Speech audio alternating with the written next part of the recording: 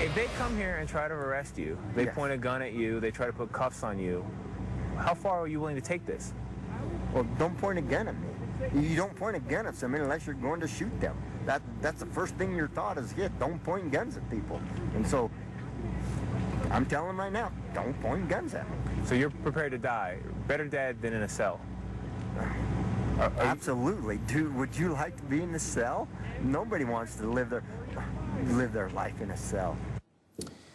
3 weeks ago, at the start of the standoff between armed protesters and law enforcement at a remote wildlife refuge in Oregon, rancher Lavoy Finsicum told MSNBC's Tony DeCopel that he was prepared to die rather than go to jail.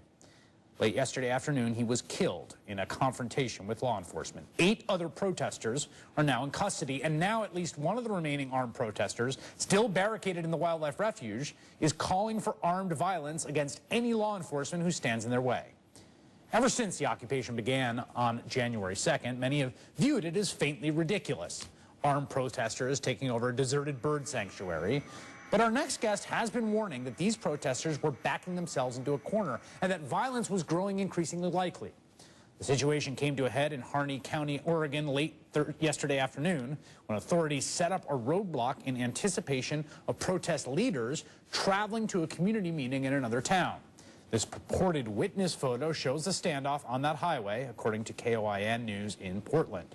Authorities tell NBC News that one of the vehicles carrying protesters did not stop and ran into a snowbank, and Lavoy Finsicum emerged with a firearm. Officials say he was shot and killed. 5 people, including Ryan Bundy, who reportedly suffered a minor gunshot wound, and his brother Eamon Bundy, were arrested at that scene. 2 others were later arrested at the refuge in Burns, Oregon, and an 8th person turned himself into police in Peoria, Arizona, according to authorities.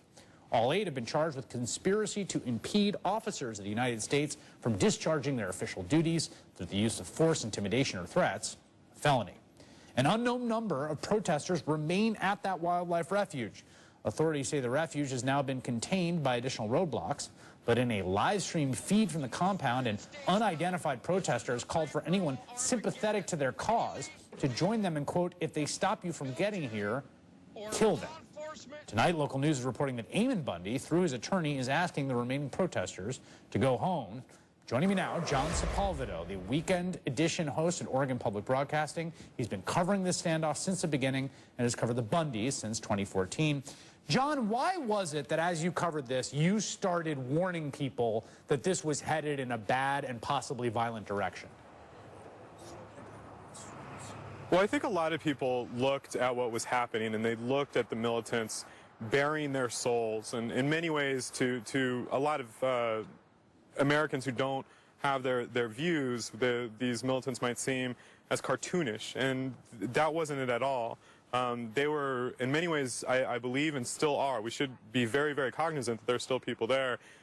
They were letting people know about a deeper worldview, and we should say that this is not a worldview that is that extreme in the West. This is something that many others agree with, and that there have been some points made, and there's legislation in many state houses about it. But it was clear from the onset that these were not folks to be taken lightly, and they said it very clearly. When I spoke with Ryan Bundy, he said that the guns make us serious. Those guns, of course, have been looming over this entire thing. Law enforcement officials have taken a pretty laissez-faire approach. They've been hands-off. What do you think changed that brought this to a head last night?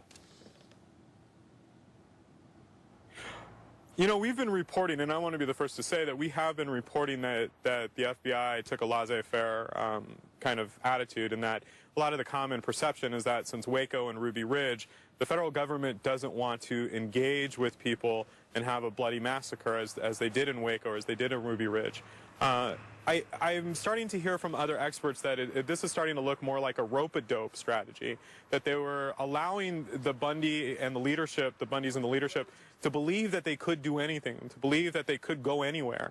And in this particular case, they became so confident in their ability that no one was going to stop them, that they decided to get into this convoy and go on a very desolate, isolated road, which, you know, if any of us put some thought into it, we would have seen this coming. And I don't think any of us expected this, myself included.